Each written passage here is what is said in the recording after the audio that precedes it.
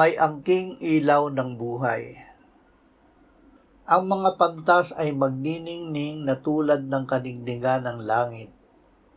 At ang mga nagpabalik ng marami sa katuwiran ay parang mga bituin magpakailan paman.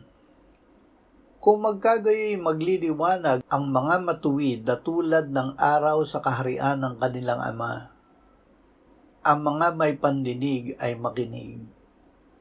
Kayo'y maging walang sala at walang malay, mga anak ng Diyos na walang dungi sa gitna ng isang salinlahing liko at masama, na sa gitna nila'y lumiliwanag kayong tulad ng mga ilaw sa sanlibutan.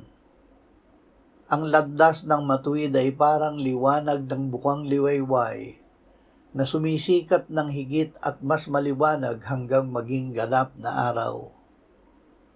Panginoong Hesus, Ikaw ang ilaw ng sanlibutan.